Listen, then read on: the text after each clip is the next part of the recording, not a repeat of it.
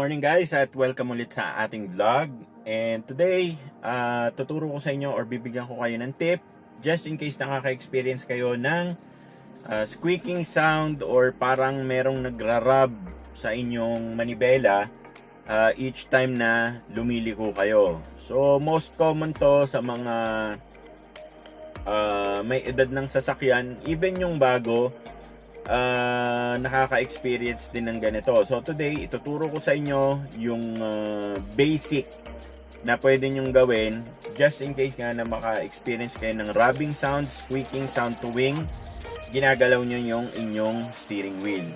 So before tayo mag-start, kung hindi pa kayo nakasubscribe at mahilig kayo sa mga DIY, mga biyahe at kung ano-ano pa, hit nyo na yung subscribe button at yung notification bell para ma-update kayo tuwing mag-a-upload ako. Ayan, so for this DIY guys, ang kailangan nyo lang sobrang basic. Paper towel or clean na cloth. Tapos, or kahit hindi malinis kasi madudumihan din naman siya. Pwedeng ordinary grease or pwedeng lithium grease. Penetrating oil, pwede rin. Pwede rin yung ordinary or conventional oil. Basta meron kayo nung applicator. Okay, pwede rin yung mga plastic container na kagaya nung lagayan ng Singer, yun, pwede rin yun. At what else? Actually wala na, yun lang. So ang unang-unang yung gagawin is syempre prepare nyo muna yung gamit at i-locate nyo na yung rubber boot ng inyong steering column. Okay? So mga paps, in my case, ang gagamitin ko is eto, penetrating oil WD-40. Any brand would do. Syempre mas maganda yung grease, ganyan, or yung mga lithium grease. Ngayon, punta kayo sa driver side at hanapin nyo yung rubber boot ng inyong steering column. Okay? So sa Toyota Rush, ito yung steering column nya. Ito, yung buo na yan.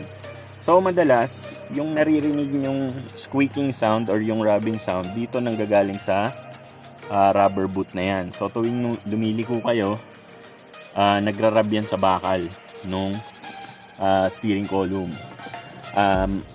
Ito usually, itong part na yan, yan yung kumbaga naglo-loose. Yan. So pagka naglo-loose na yan, nagpo-produce yan ng parang squeaking sound tuwing lumiliko. Ngayon, ang gagawin nyo lang is ibukan nyo lang to. Ibukan nyo lang.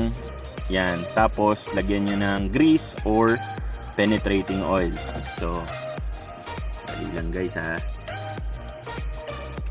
I-set up ko lang kayo para makita nyo yung actual na gagawin natin.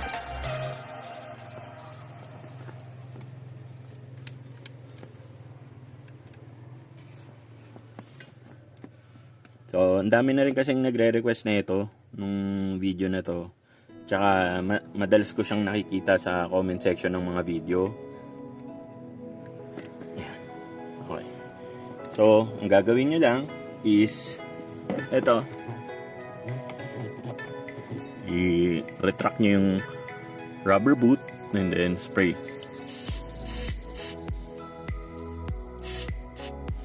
Yan. So, though, yung sa akin, wala naman yan tumutunog. Pero, yun nga, for demonstration purposes, para makita nyo, yung iba, ginagawa is nilalagyan ng parang grasa kasi mas tumatagal yun. Okay? Ngayon naman, for preventive maintenance, pwede nyong gawin is linisan nyo yung part na yan gamit yung cloth. Ayan. Tapos, yung mga excess na oil, pwede nyong punasan na lang. At gawin nyo, pagka, let's say, sobrang severe nga nung squeaking sound, pwede nyong gawin is, i-turn nyo muna yung manibela and then apply kayo ulit ng penetrating oil or grease. Okay, so yung mga, syempre, mga natapon na oil, yan, punasan nyo na lang. Tapos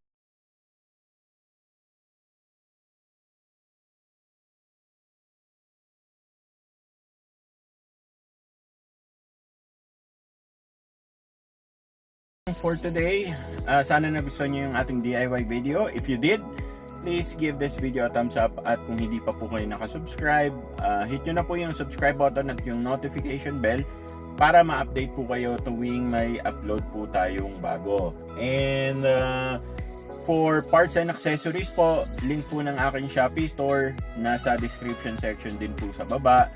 For questions and concerns, please feel free to utilize the comment section below. Kung gusto nyo po ng ng greetings, please utilize the comment section sa baba, at isi-shoutout natin lahat yan sa ating susunod na video. Again, Mark nga pala ulit. Maraming salamat sa pagsama sa akin today, and see you on our next video.